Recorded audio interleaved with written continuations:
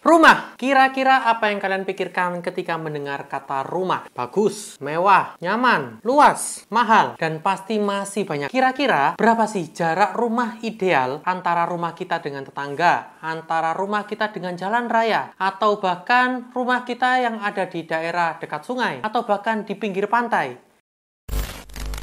Selamat datang di channel Fake Architect, channel yang belum tentu informatif, belum tentu penting, kalau nggak berguna itu nggak mungkin.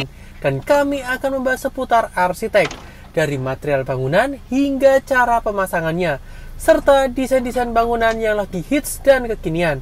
Nggak usah lama-lama, yuk kita nonton videonya. Let's go!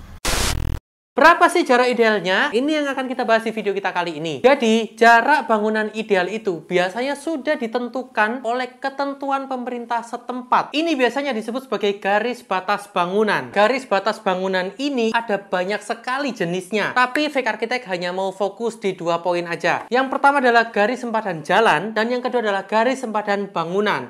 Kita akan bahas satu-satu mulai dari garis sempadan jalan. Garis sempadan jalan itu apa maksudnya? Maksudnya adalah garis batas luar jalan terhadap sebuah bangunan. Jadi ada bangunan, ada jalan, nah itu diatur jaraknya berapa. Itu manfaatnya apa? Manfaatnya adalah supaya bisa menurunkan resiko kecelakaan. Dan jika ada aktivitas di jalan raya, itu tidak sampai mengganggu penghuni yang ada di dalam rumah. Seperti itu kira-kira garis besarnya. Biar kalian nggak pusing, yang diatur adalah fokusnya itu di jalannya. Jadi apa aja yang dimaksud seperti jalan raya, itu biasanya di pinggir-pinggirnya masih ada yang namanya trotoar. Itu bisa juga sebagai jogging track atau taman atau tempat penghijauan. Biasanya di bagian bawahnya itu ada saluran pipa, kabel, saluran-saluran pembuangan, dan lain sebagainya. Itu diatur sama pemerintah setempat. Kenapa? Ya biar kalau nanti jalannya ini mampet, ada kabel yang putus, pipa yang bocor, begitu dioprek-oprek, dibongkar-bongkar, itu nggak ganggu rumah. Itu kenapa ada batas-batas jaraknya.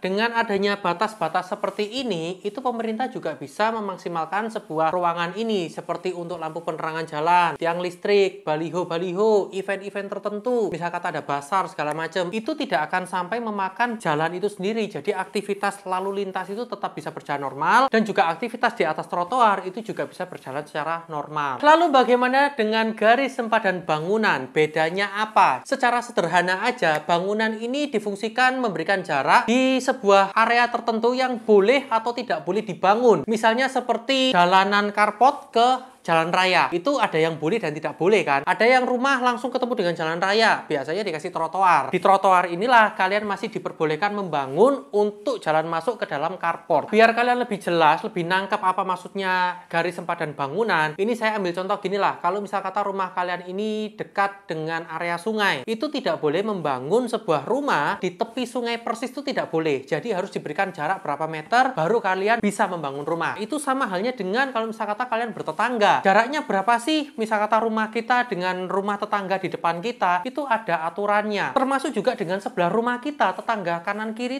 itu sebenarnya juga ada jaraknya. Ini sama halnya dengan jika kalian tuh ada rumah di dekat area kereta api, terus di dekat pantai. Aturan-aturan ini juga berlaku untuk gedung-gedung komersil. Jadi misal kata hotel, apartemen, atau kantor-kantor. Nah, itu juga berlaku, ada namanya aturan atau ketentuan garis sempadan bangunan. Sekarang kita bahas apa aja manfaat dari aturan-aturan ini. Yang paling utama adalah keselamatan. Jadi pemerintah tuh sangat fokus sekali dengan keselamatan para warganya, para penduduknya. Kalian bisa bayangin kan, kalau kalian ini tinggalnya itu di dekat sungai, di tepi sungai, atau bahkan sungai langsung sampingnya itu langsung dikasih rumah. Kalau begitu ada hujan deras atau ada gempa bumi, bisa terjadi longsor. Bagaimana dengan di daerah tepi pantai? Itu juga ada namanya pasang surut air laut. Itu juga diatur. Supaya apa? Tidak bisa menghantam langsung ke bagian bangunan. Kalau di dekat kereta api, nah kalau kereta api ini kalian nggak usah dijelasin, sudah pasti tahu kan. Kalau ada bangunan liar-liar di sana, terus kereta apinya lewat, gimana? Itu sangat bahaya sekali. Lalu bagaimana jarak bangunan yang ideal untuk antar tetangga? Ingat ya, kerukunan antar tetangga itu nomor 1. Jadi tetap ada regulasinya, tetap ada aturannya. Jarak bangunan rumah kita dengan rumah tetangga itu juga ada jaraknya. Paling ideal tuh kalau nggak salah itu sekitar 3 row. Paling tidak itu 1 row. Fungsinya apa? kalau misal kata ada terjadi kebakaran, mobil PMK ini tetap bisa masuk. Sekarang kita ngomongin rumah tetangga yang sebelahan sama kita. Itu sebenarnya juga ada aturannya. Paling tidak kita tuh dikasih jarak kurang lebih paling minimal adalah 3-5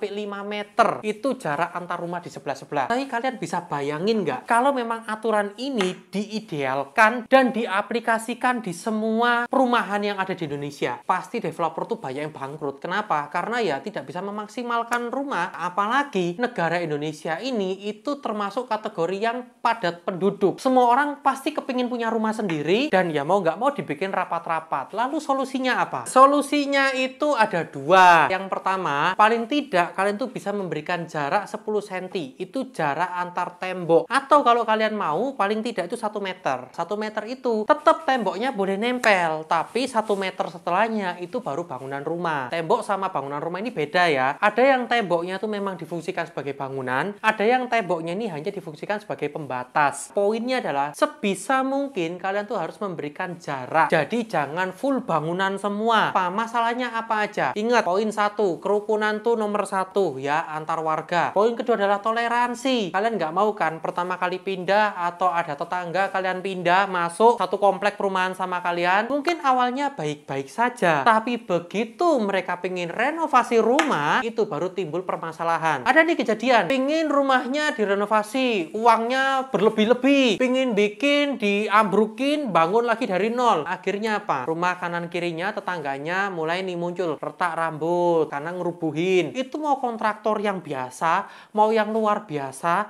terkemuka, itu nggak bisa. Karena kita sedang ngomongin masalah struktur. Itu tetap akan berdampak secara langsung maupun tidak langsung dengan tetangga. Ini juga berpengaruh kalau misal kata rumah kita atau tetangga, terserah rumah siapapun, ada bocor, rembes. Itu ngefek loh. Nanti tetangga kanan kiri ini tiba-tiba ini bocor dari mana? Dicari penyebabnya bukan dari rumah kita. Ternyata rumah sebelah. Rumah sebelah dikasih tahu, Pak, atapmu ini, talangmu ini bocor. Tolong benerin karena masuk ke rumahku ini. Itu gimana? Oh iya, Pak, nanti segera kita benerin. Oke, ternyata budgetnya nggak ada. Kondisi ekonominya lagi sulit, akhirnya nggak dibener-benerin. PR kan? Chris, Ya. tanya nih. Terus biasanya kan kalau ada yang tetangga sebelah mau bangun lantai 2, itu kan tanah kita itu jadi ikut ambles gitu loh. Itu gimana ya? Benar. Sebentar. Jadi gini, kenapa kok hal-hal kayak gitu bisa terjadi ya? Jadi memang kalau misal kata kita sedang membangun lantai 2 karena beban strukturnya berat, secara fondasi itu kita memang tidak mempersiapkan untuk bangun lantai 2 nih. Tapi kita kepingin ada lantai 2-nya. Atau mungkin secara fondasinya kita itu sudah kuat. Tapi ingat, kalau temboknya kita menempel, itu bangunan tetap yang namanya berat itu tetap akan turun. Akhirnya menyebabkan tetangga kanan kiri ini turun tanahnya. Itu juga bahaya. Lebih baik solusinya adalah yang pertama tadi kasih jarak. Diberikan jarak lagi ke bangunan. Jadi ada yang namanya tembok pembatas, ada yang berdiri sendiri adalah bangunan. Jadi begitu rumah sebelah kanan kiri lagi mau ningkat renovasi, bangunan kalian itu tidak ikut terdampak. Yang ikut hanyalah pagar pembatas. Pagar pembatas ya udahlah, kita masih ya udahlah, gak mau pusing lah. Solusi yang kedua apa? Nah ini, tembok itu jangan menumpang dengan tembok tetangga. Kalau bisa tetap dikasih lapis-lapis sendiri. Dan itu kalau bisa bikin yang bagus sekalian. Jadi kalau misal kata ada keretakan atau ada getaran dari sisi kanan kirinya, muka belakang, tembok kita masih kuat. Itu kenapa kita fake architect ini sering update sekali untuk material-material terbaru. Ada nih yang namanya chemical penguat beton. Itu fungsinya apa? Biar kalau kanan kiri kalian ini mau renovasi, mau tutuk-tutuk, mau pukul-pukul, nggak sampai retak, nggak sampai ngerusak dinding kalian sendiri. Itu ada cairannya. Pilih juga material yang tidak mudah terbakar atau tidak merambatkan api. Lantai-lantai itu juga berpengaruh semua. Ada lantai-lantai yang gampang popping karena tanahnya masih gerak. Pilih produk-produk yang memang bisa memperkuat bangunan sipil kita atau bangunan struktur kita. Kalian juga bisa menggunakan cat waterproofing. Kalau misal kata ada kebocoran segala macamnya, kalian tuh tidak bisa terdampak secara langsung. Ada kok banyak sekali material-material yang sering kita bahas, kita sering upload di video-video kita ini. Seperti ceiling, ada bahannya yang tidak mudah terbakar. Seperti fasad juga ada. Kalau mudah terbakar itu, kasihan kanan kiri rumah kalian guys, kasihan tetangga kalian, serius. Ini juga poin yang paling penting. Jangan asal nempel-nempelin barang. Jangan asal bangun-bangun rumah atau nyambung-nyambung pakai barang-barangnya nggak bener. Misal kata kalau mau bangun rumah, ya udah yang paling bener pakai apa? Bata, semen, ya udah pakai itu. Jangan pakai potongan-potongan kayu triplek itu ya kita tahu lah masih ada banyak di luar sana orang-orang yang butuh. Tapi sebisa mungkin yang nonton-nonton ini ya kita mulai meminimalisir dari kita sendiri. Oke guys, jadi sekarang kalian sudah tahu kan ternyata itu ada beberapa aturan-aturan dan kita hanya memfokuskan dua, garis sempadan jalan dan juga garis sempadan bangunan. Ini aturannya banyak sekali, kalian bisa langsung tanya aja ke instansi setempat karena setiap aturan rumah, setiap wilayah, daerah itu beda-beda. Untuk rumah yang biasa dengan yang hook itu juga berbeda. Ini juga berbeda juga untuk bangunan-bangunan atau gedung-gedung komersil. Itu semuanya berbeda. Kita nggak bisa bahas secara tuntas. Poinnya adalah jangan sampai kalian udah bangun rumah mahal-mahal tapi membahayakan orang lain. Cukup sekian, kalian bisa langsung tambahkan atau kita berdiskusi banyak sekali di kolom komentar ya. Kalau kalian mau share silahkan share. Kalau kalian suka dengan video ini kalian pencet tombol like. Kalau nggak suka kalian pencet tombol dislike. Oke guys, dengan saya Christian dan di balik kamera ada Satria. Terima kasih sudah nonton video ini dan bye-bye! Seperti biasa, nggak usah nge-like, nggak usah nge-share, nggak usah subscribe channel ini kalau memang video kita ini nggak penting dan nggak berguna sama sekali buat kalian semua. Bye-bye!